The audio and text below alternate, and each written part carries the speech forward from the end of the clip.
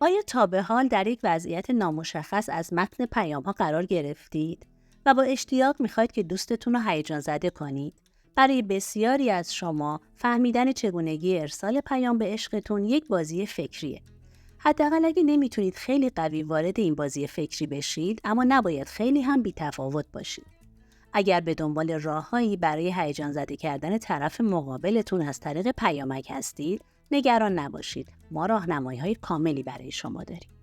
از صحبت‌های کوتاه و مختصر خودداری کنید. وقتی شریکتون یه سلام عادی براتون میفرسته، یه لحظه تأمل کنید و به جای پاسخ معمولی تصمیم بگیرید که چیزی جذاب‌تر براش بنویسید. مثلا بنویسید سلام، دوست داری از پیام‌های کوتاه خودداری کنی؟ و جای یه سلام معمولی رو با یه مکالمه به یاد موندنی کوتاه عوض کنید.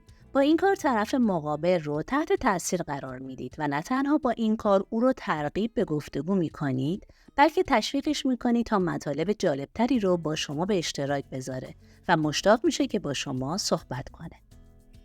هنر شوخی کردن رو یاد بگیرید. شوخی راهی مطمئن برای تزریق سرگرمی به مکالمات شماست. یک شوخی یا یک اظهار نظر هوشمندانه میتونه متن شما رو به یاد موندنی کنه و عشقتون رو منتظر شوخی‌های بعدی شما نگه داره. تو شوخی‌هاتون راحت باشید، ولی مراقب مرزبندی‌ها هم باشید. یه دفعه از اون طرف موضوع نیفتید. سعی کنید در مورد خودتون هم شوخی کنید. این کار نه فقط برای راحتی طرف مقابله، بلکه یه احساس خوبی رو هم برای شما به وجود میاره. به یاد داشته باشید که هدف شما اینه که طرف مقابلتون رو بخندونید و تحت تاثیر قرار بدید. پس هر بار که به طرف مقابل پیام میدید، بهترین خودتون رو نشون بدید. کمی رمز و راز به مکالماتتون اضافه کنید. نکته خوب معاشقه با شریکتون از طریق پیامک اینه که میتونید پیام هاتون رو با سرعت خودتون طراحی کنید. یعنی در حین رد و بدل کردن پیام با عشقتون احساس میکنید یه جاهایی باید صبر کنید و حالا باید اون بازی فکری که در ابتدای ویدیو به اون اشاره شد رو کمی از هیجان بندازید. اینجاست که رمز و راز به کمکتون میاد و با اعتماد به نفسی مخفی و مرموز پیامتون رو ارسال میکنید. ولی به طور کامل درباره موضوعی که پیام میدید حرف نزنید. با ارسال چیزی طنزآمیز بعضی از جزئیات درباره خودتون رو پنهان نگه دارید. مثلا به طرف مقابل بگید که 2 راست گفتم و 1 دروغ. حالا تو چی؟ تا جذابیت خودتون رو افزایش بدید و طرف مقابل مشتاق خواهد شد تا لایه‌های شخصیت شما رو در طول زمان کشف کنه و به زودی با هر پیامی که براش میفرستید اونو مشتاق‌ترش میکنه. از سوالات باز استفاده کنید. اگه میخواید عشقتون از ارسال پیام‌های شما لذت ببره، از روند پاسخ دادن بله یا خیر دست بکشید و از شریکتون سوالات باز بپرسید. با این کار اونها رو دعوت میکنید تا بیشتر درباره خودشون صحبت کنند. مثلا به جای اینکه بنویسید روز خوبی داشتی، بپرسید نقطه برجسته امروزت چی بود. این مدل سوال کردن نه تنها علاقه واقعی شما رو به طرف مقابلتون نشون میده، بلکه باعث میشه گفتگوی شما با او به جریان بیفته. بدونید که چه زمانی باید به طرف مقابل فضا بدید. خیلی ها ممکنه به شما بگن که در ارتباط کمی سختگیرانه برخورد کردن یه تاکتیک خوب معاشقه است. هیجان معاشقه میتونه با غیبت‌های گاه و بیگاه شما تشدید بشه. بنابراین به طرف مقابلتون فرصتی بدید تا به جای پر شدن صندوق ورودی پیام‌هاش از حضور مجازی شما محروم بشه.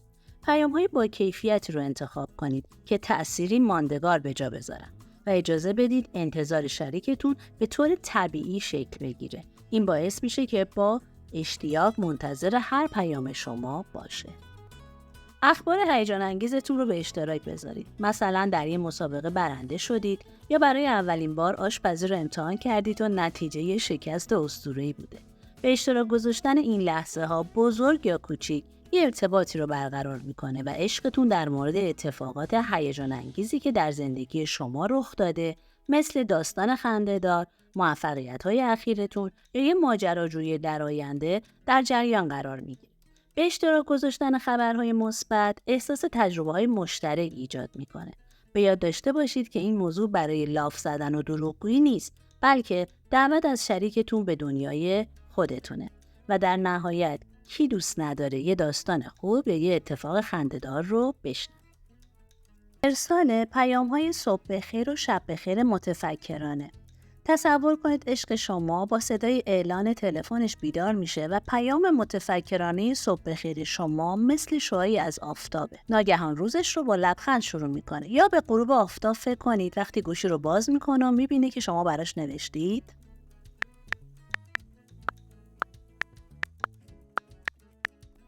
پیام‌های ساده‌ای از این دست میتونن به عنوان اشاره شیرین از حضور شما در ذهن عشقتون و شروع و پایان روز با یه پیام از شما که سرشار از عشق رو داشته باشه.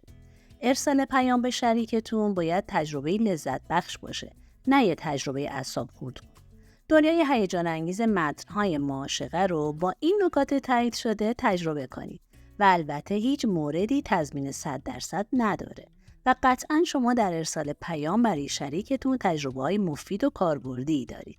لطفاً در کامنت ها برای ما از تجربتون بنویسید. سپاس از همراهی شما.